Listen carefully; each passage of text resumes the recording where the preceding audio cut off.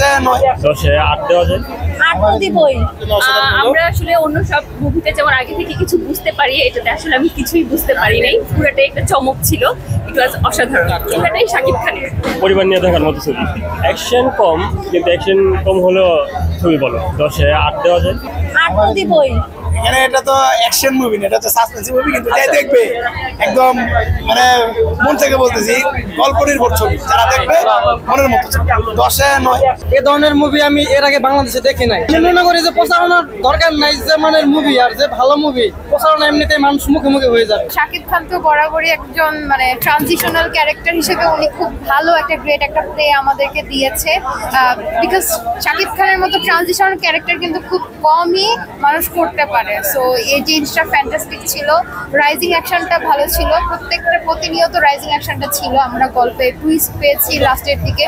তো অ্যাপ্রক্সিমেটলি যদি আমি কম্পেয়ার করি তুফানের সাথে, তাহলে আমি বলবো তুফান ইজ মোর ফ্যান্টাস্টিক। দরদে আসলে হয়েছে কি যে রাইজিং অ্যাকশনটা বেশি ছিল, প্লটটা মানে একদম ফ্ল্যাট ছিল, স্টোরিটা একদম ফ্ল্যাট। বাট তুফানে আমরা যেটা দেখেছি যে একের পরে একটা টুইস্ট আসতে আসতে মানে কাহিনীটা ফ্ল্যাট যায় নাই। একবার রাইজিং অ্যাকশন আসে, আবার ডাউন খেয়ে যায়, আবার আসে, ডাউন খেয়ে যায়। কিন্তু এই দরদে আমি যেটা পেয়েছি, রাইজিং অ্যাকশনটা টানা একদম লাস্টে গিয়ে ফিনিশিংটা দিয়েছে। শাকিব খান শুধু এখন আমাদের স্টার না, পুরো পৃথিবীর স্টার হবে।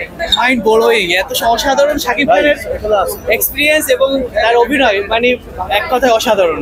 সুপার সুপার, একদম সুপার হিট। আমার কাছে মনে হয়েছে কমপ্লিটলি ডিফারেন্ট টাইপের একটা মুভি। প্রথমে অর্ধেকটা সময় খুব বোরিং লাগছিল, কিন্তু এরপরে মনে হয়েছে যে থ্রিলিং কিছু আসতেছে। তো এরপরে আসলে সত্যি খুব ভালো লাগছে, রিয়েলি গুড একটা মুভি। 10-এ 10ই দিব। সেকেন্ড হাফটা ভালো ছিল, ফার্স্ট হাফটা এত ভালো লাগে না। ছবি অনেক ভালো হয়েছে, অনেক প্রিয়তমার রেকর্ড ভাঙবে, তুফানেরটা ভাঙবে কিনা জানি না, কারণ এটা তো কোনো ফেস্টিভ্যাল ছাড়া একটা মুভি রিলিজ দিছে। তো দেখা যাক কি করা যায়, তবে ছবি ভালো, দর্শককে